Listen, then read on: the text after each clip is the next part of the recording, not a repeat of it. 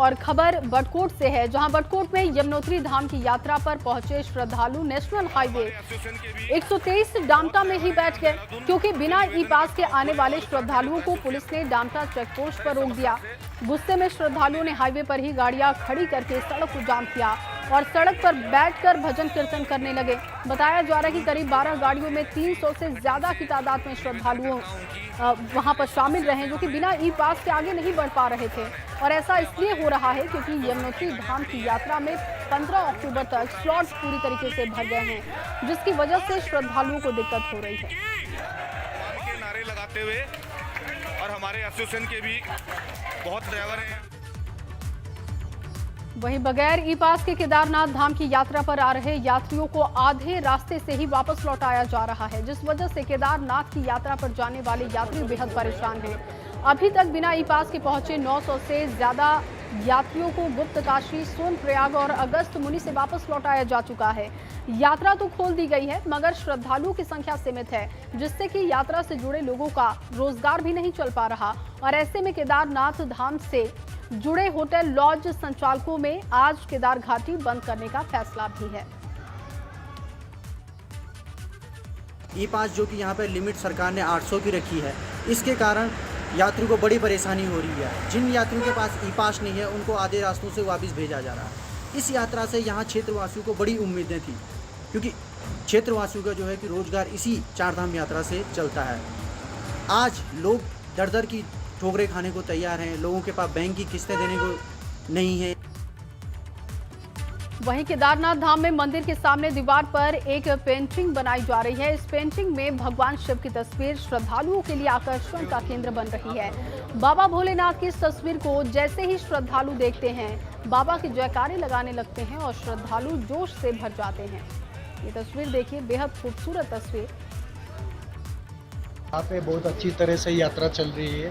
पूरी कोरोना की सेफ्टी से लेके सब इंतज़ाम लेके यहाँ के मंदिर प्रशासन ने और यहाँ के रहवासी लोगों ने बहुत अच्छा इंतज़ाम किया है, होटल का, रहने का, खाने का। और अभी यात्रा बहुत सफल से और अच्छी चल रही है। वहीं उत्तराखंड परिवहन निगम वैसे ही हमेशा घाटे में रहता आया है और बीते 2 साल से कोरोना की मार ने उत्तराखंड परिवहन निगम की हालत और खराब कर दी है। हालात इस कदर खराब हो गए हैं कि कर्मचारियों को सैलरी देने के लिए भी पैसे नहीं है।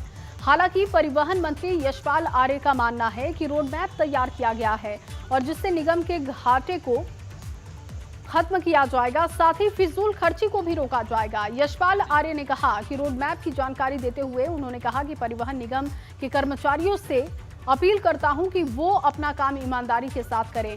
उनका दावा है कि नया रोड मैप तैयार होने से निगम की आय भी बढ़ने लगेगी और सरकार कर्मचारियों को वक्त पर वेतन भी दे पाएगी।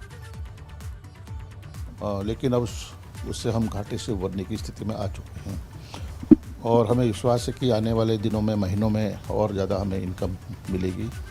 हमारा लक्ष्य है कि कटौतियाँ हों, जो खर्चे हैं, अनावश्यक खर्चे हैं, उसमें हम कटौती करें और दृष्टियों से भी, और हम जो भी हम कर सकते हैं बेहतर कर सकते हैं। हमने एक रोड मैप तैयार किया है और उस रोड मैप के आधार पर ही हम निर्णय ले रहे हैं और हमने कर्मचारियों से भी कहा है कि आप ईमानदारी से काम करें, निष्ठा से काम करें।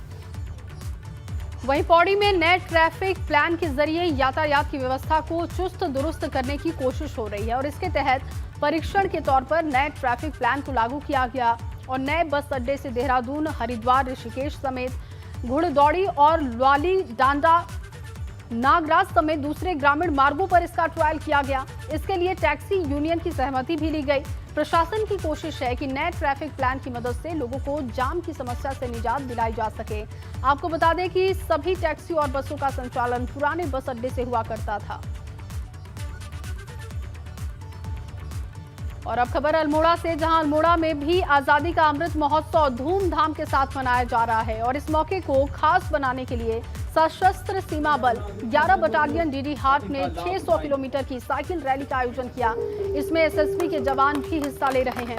ये साइकिल रैली सीमांत डीडी हाट से शुरू होकर राजघाट नई दिल्ली में खत्म होगी। अल्मोड़ा में एसएसबी हेडक्वार्टर पर डीआईजी अतुल थपलियाल ने हरी झंडी दिखाकर साइकिल रैली को रवाना किया। उन्होंने बताया कि साइकिल रैली में शामिल एसएसबी के जवान देश और क्षेत्र के लोगों को एकता का संदेश देंगे।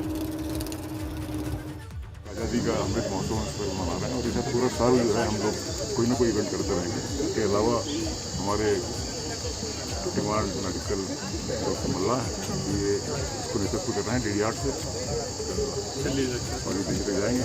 आज इनका जो रूट है वो